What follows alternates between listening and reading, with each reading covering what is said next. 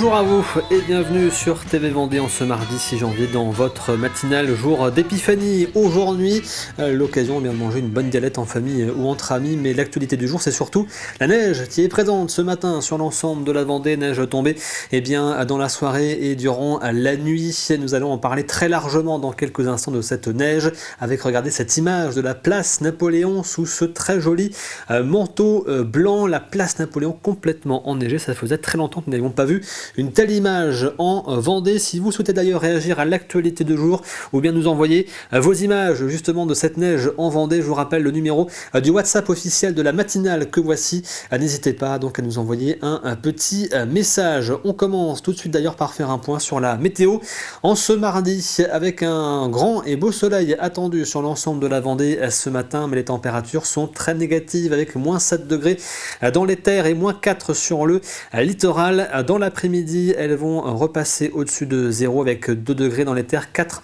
sur le littoral vendéen, mais pour autant, le gel devrait faire son retour en fin de journée. C'est ce que nous disait il y a quelques instants en direct dans la matinale Kevin Blanchis, fondateur de la page Météo Côtière Vendée. En parlant de la côte, on va justement y faire un tour maintenant avec les horaires des différentes marées pour aujourd'hui. Alors là, ce sont les marchés du jour. On peut faire un petit point également sur les marchés. Alors, 3 marchés au programme ce matin. Je ne sais pas s'ils auront tous lieu aujourd'hui au vu des conditions. Vous retrouvez donc ce matin le marché de Talmont-Saint-Hilaire, c'est place du Perret. Le marché de Chaland également, qui lui est à l'abri sous les halles de Chaland à partir de 8h30. Et puis celui de Chantonnay, là aussi il y a les halles abritées à Chantonnay, c'est place de la Liberté. On regarde maintenant les horaires donc des marées en ce mardi. On commence du côté de la Tranche-sur-Mer avec une première basse mer cette nuit à minuit 22, la prochaine à midi 54. La première pleine mer était à 6h38, la prochaine à 19h02. Coefficient de 93 à 91 au niveau du passage du Gois. Première basse mer à minuit 39 et ensuite 13h13. Pleine mer à 6h23 et 18h42 et coefficient identique de 93 à 91. Le soleil, lui, ce matin, se lève à 8h49. Il se couchera ce soir à 17h34 et nous fêtons les Mélènes aujourd'hui. Avant de passer à l'actualité, je vous rappelle la question d'actualité du jour que nous vous posons sur la page Facebook de TV Vendée. Pour y répondre, c'est très simple. Vous répondez en commentaire quelle est la situation donc chez vous ce matin avec la neige. On a quelques réponses avec notamment Raphaël qui nous parle d'une dizaine de centimètres du côté de Esnay, Alexandra qui se trouve du côté de Noirmoutier qui indique pas de neige à Noirmoutier en Lille ce matin mais des plaques de verglas sur la route, ou encore Thierry qui indique avoir 12 à 15 cm de neige du côté de la Chaise-le-Vicomte. Je vous rappelle bien sûr d'être vigilant sur les routes ce matin. Nous allons en reparler tout de suite avec le journal.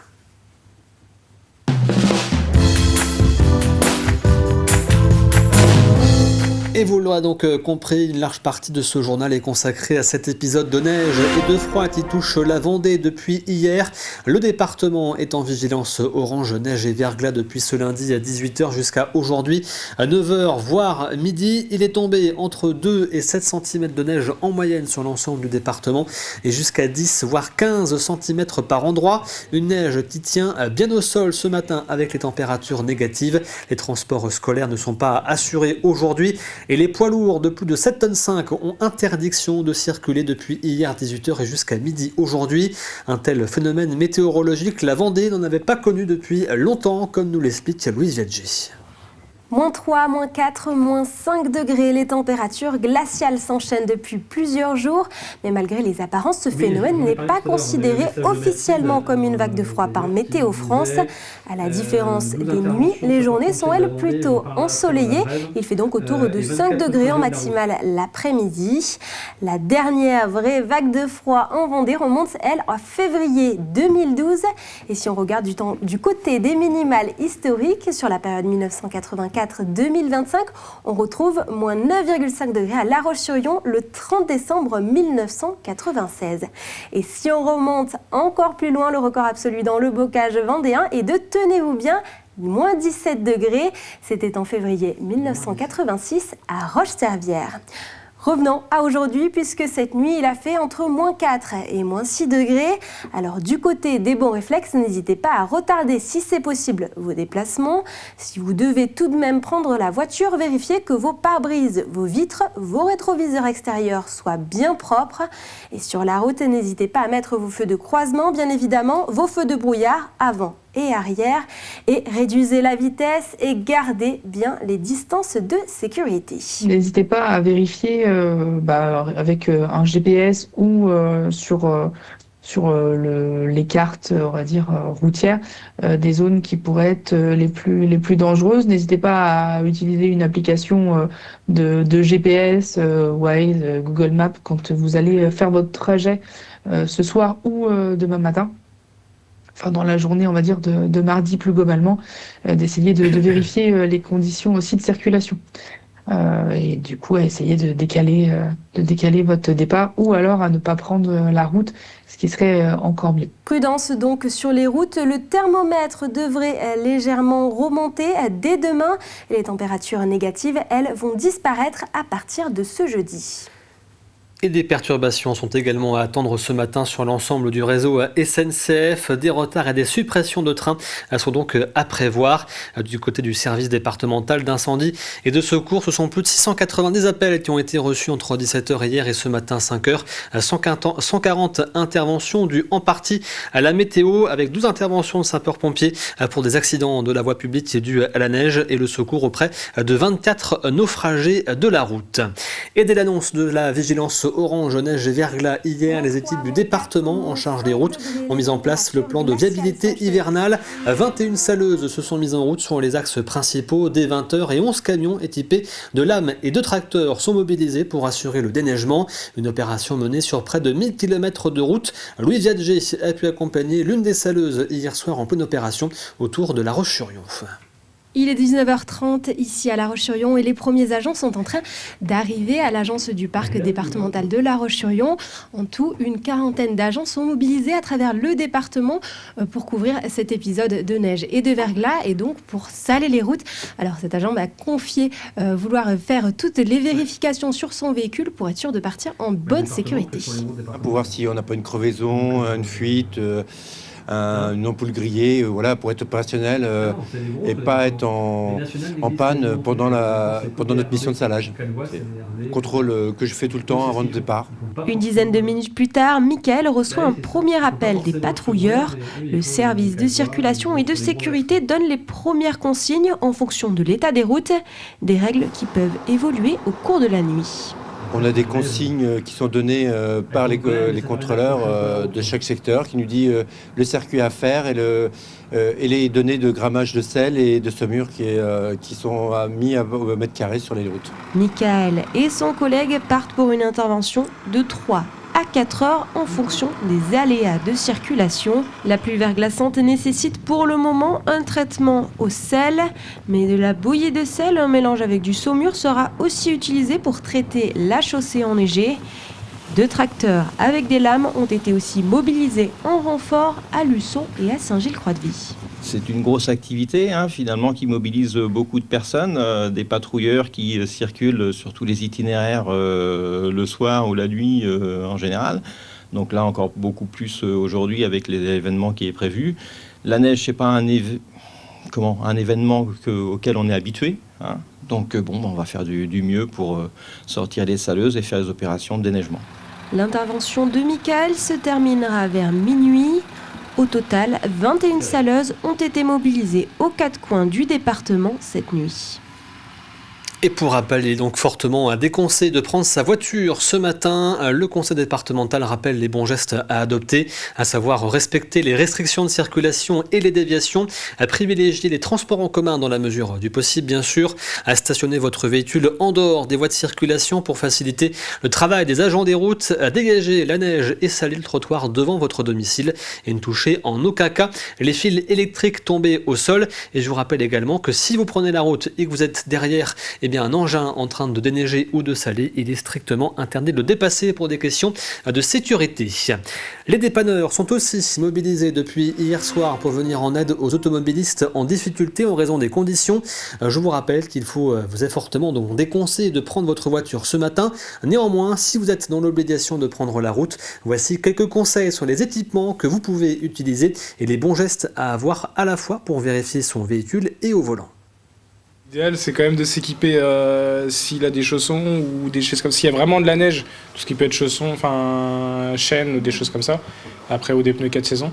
Puis surtout beaucoup d'anticipation, éviter des grosses accélérations, des gros freinages en fait. Parce que c'est ça qui fait éviter d'arriver vite dans les tournants ou dans les ronds-points pour éviter de justement partir en tête à queue et glisser, quoi. Vous pouvez faire préchauffer votre voiture, ouais. Et surtout bien partir avec la voiture dégivrée, parce que j'en vois plein le matin, j'en croise, ils ont la moitié du pare-brise dégivré. Il faut bien gratter le pare-brise pour bien voir tout, parce que c'est très, très perturbant de ne pas voir tout sur la route. Donc vaut mieux bien les laisser tourner, quitte à se lever un peu plus tôt, vous la faites démarrer 10-15 minutes avant.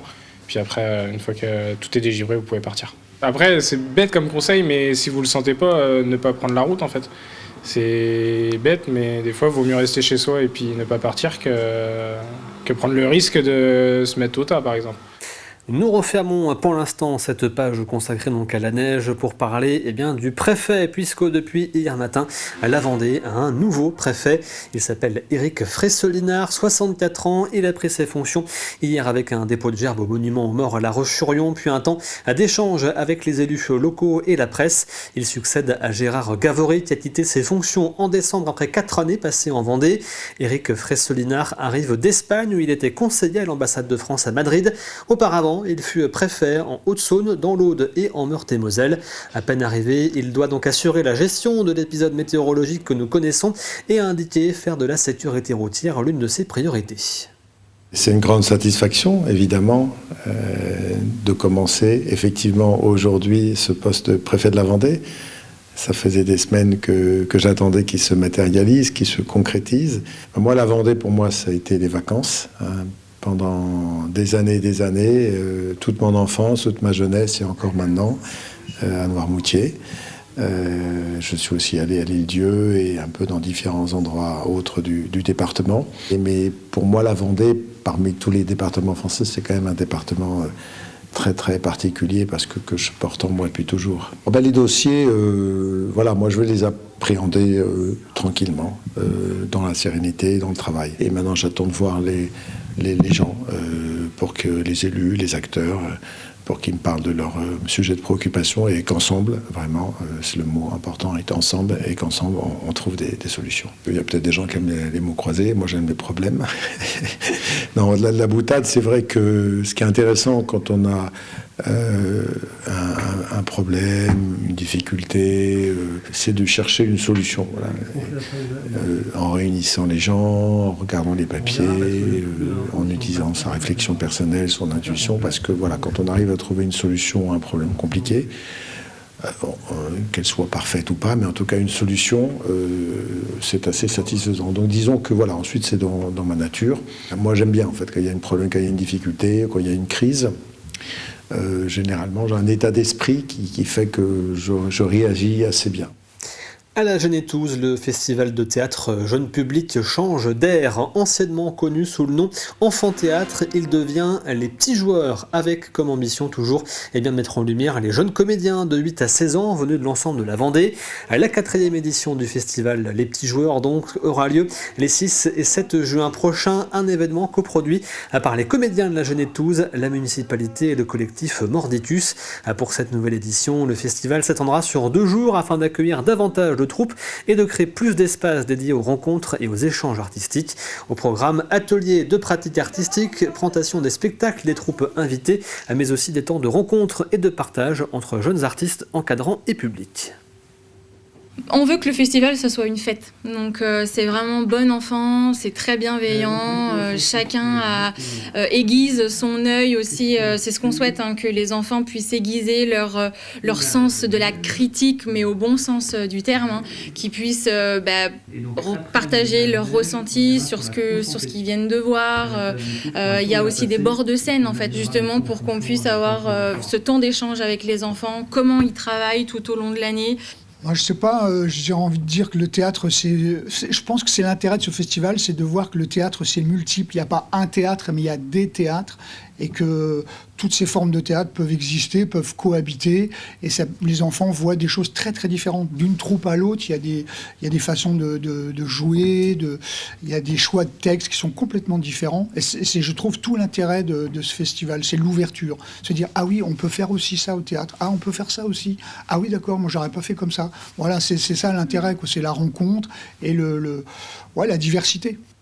C'est la fin de ce journal. On refait maintenant ensemble un point sur votre météo de ce mardi 6 janvier avec, bien sûr, je vous rappelle, cette vigilance orange toujours en cours pour neige et verglas sur l'ensemble du département. Vous le voyez, les températures sont bien négatives ce matin avec moins 7 degrés dans les terres, moins 4 sur le littoral. Mais c'est un beau et grand soleil qui est attendu sur l'ensemble du département. Il devrait continuer de nous accompagner également cet après-midi. Les températures repasseront au-dessus de 0 avec 4 degrés sur le littoral et 2 degrés dans les terres. Vous le savez, l'information principale de cette matinée, c'est bien sûr la neige qui est présente sur l'ensemble du département de la Vendée et qui est bien tombée avec jusqu'à 10 voire 15 cm par endroit. On va aller du côté de la place Napoléon à La Roche-sur-Yon avec une image rare et en tout cas qu'on n'avait pas forcément vue depuis très longtemps. Regardez cette image de la place Napoléon entièrement recouverte de neige. Donc ce matin, on a également reçu plusieurs vidéos par certains de nos téléspectateurs. Regardez donc ces images envoyées par les téléspectateurs de TV Vendée. Ça, c'était hier en fin de journée du côté de Chavagne-Empaillé avec donc ces chutes de neige. On va ensuite maintenant au Sable d'Olonne avec ces très belles photos donc envoyées par un photographe amateur au Sable d'Olonne avec ce remblai donc recouvert de neige. On retrouve donc également la commune de Palliot actuellement. Ça, c'était hier à 20h29 pour être précis. Là, les images des herbiers, regardez cette épaisseur de neige du côté des herbiers, c'est impressionnant. On a plus de 10 cm du côté des herbiers. Et puis on finit également à Chavagne-Empaillé à nouveau. Ça, c'était ce matin au réveil. Donc regardez ces images impressionnantes avec cette neige bien présente en Vendée. Et puis l'information vient de tomber à l'instant. La neige donc a entraîné des coupures d'électricité. 2700 foyers sont actuellement concernés en Vendée par des coupures d'électricité. Si jamais vous êtes victime d'une coupure, je vous donne le numéro qui peut vous permettre de contacter Enedis. Il s'agit du 09 726 750 85. Je répète, le 09 726 750 85. Donc 2700 foyers privés d'électricité depuis 7h ce matin sur le département de la Vendée. Et les équipes bien sûr d'Enedis sont fortement mobilisées pour remettre toutes les choses en place. Je vous rappelle d'ailleurs la question actualité du jour que nous vous posons sur la page Facebook de TV Vendée. Question bien sûr en lien avec la neige présente sur l'ensemble du territoire ce matin. La voici cette question: quelle est la situation chez vous ce matin? Pour nous répondre, c'est très simple, vous répondez tout simplement en commentaire sur la page Facebook de TV Vendée. On va justement aller voir les réponses que nous avons eues depuis ce matin et depuis le début de cet épisode donc neigeux. Alors on a plusieurs messages avec Thierry qui est à la Chaise Le Vicomte qui nous indique 12 à 15 cm donc tombés sur le secteur de la Chaise Le Vicomte. On a Virginie qui se trouve du côté de La Ferrière qui indique être à pied ce matin pour aller au travail avec 15 cm tombés du côté donc de La Ferrière. Et puis Alexandra qui elle se trouve à Noirmoutier-en-l'Île et qui indique pas de neige à Noirmoutier-en-l'Île mais des plaques de verglas sur la route. Je vous rappelle bien sûr d'être très vigilant ce matin. Il est fortement déconseillé de prendre donc son véhicule. Comme tous les mardis, il est temps maintenant de parler de santé. Voici Hôpital Mode d'Emploi.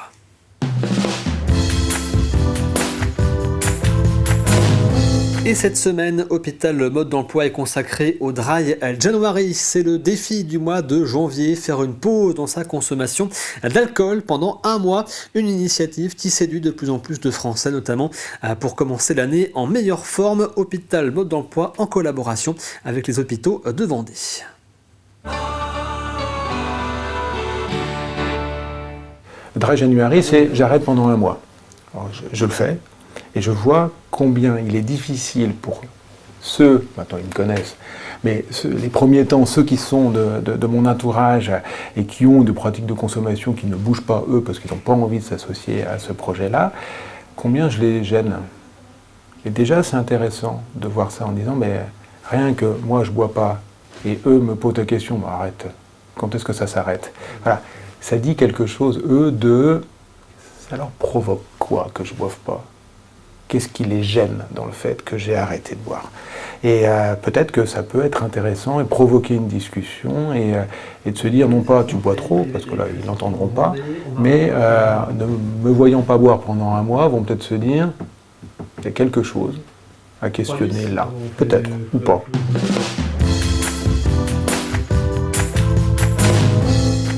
C'est la consommation en quantité et en régularité qui fait les problèmes. Donc plus on consomme, plus c'est toxique.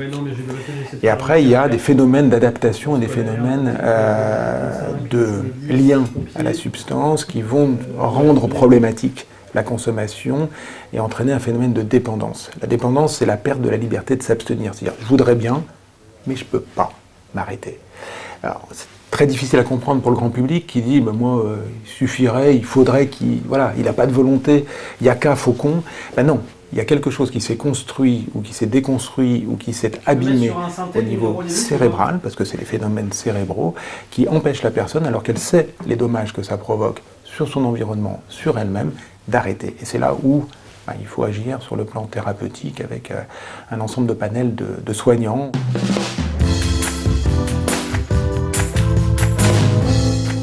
Sont variables, il y a des dommages somatiques et des dommages psychologiques. En niveau somatique, tout le monde connaît les risques de cirrhose et de cancer du foie, mais c'est aussi un pourvoyeur de maladies et d'autres cancers. C'est la deuxième cause de cancer évitable, enfin de mortalité par cancer, que l'on pourrait éviter.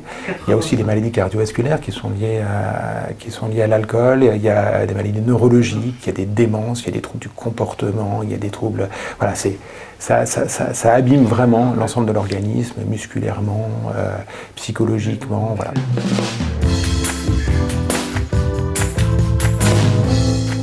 On peut être un peu plus dynamique, un peu plus joyeux, un peu plus avec un allant un peu plus important, retrouver un peu de désir de faire les choses, être moins obsédé par la prise du produit et de s'en remettre. Voilà. Donc il y a vraiment une libération là qui est assez instantanée. Alors après, chez les gens qui en prennent beaucoup, s'arrêter brutalement sans accompagnement médical, ça risque d'être dangereux, donc il faut toujours être prudent. Il y a des sevrages en alcool qui sont extrêmement dangereux, il y a des accidents de sevrage. Donc là, il faut être accompagné par un médecin, il faut mettre des médicaments pour calmer, il faut même hospitaliser certaines personnes.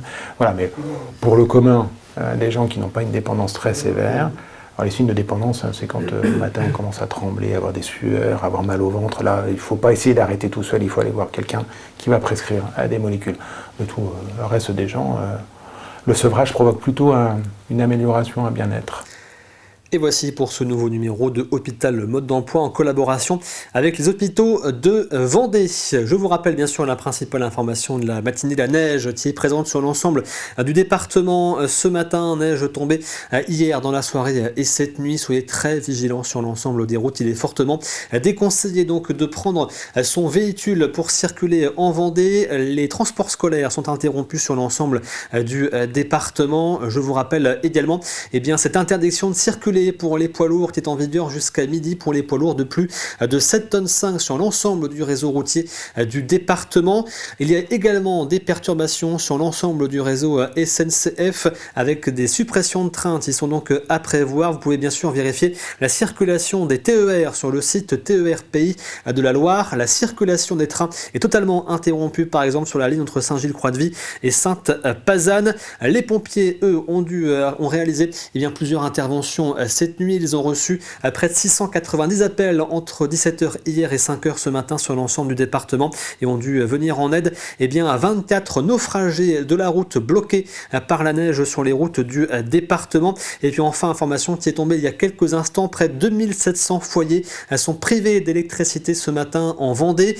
Si c'est votre cas aussi, vous constatez une anomalie sur le réseau, vous pouvez contacter Enedis au numéro suivant qui vient de s'afficher, le 09 726 750 85. Je répète, 09 726 750 85. Il est temps pour nous de passer à Café Cuisine.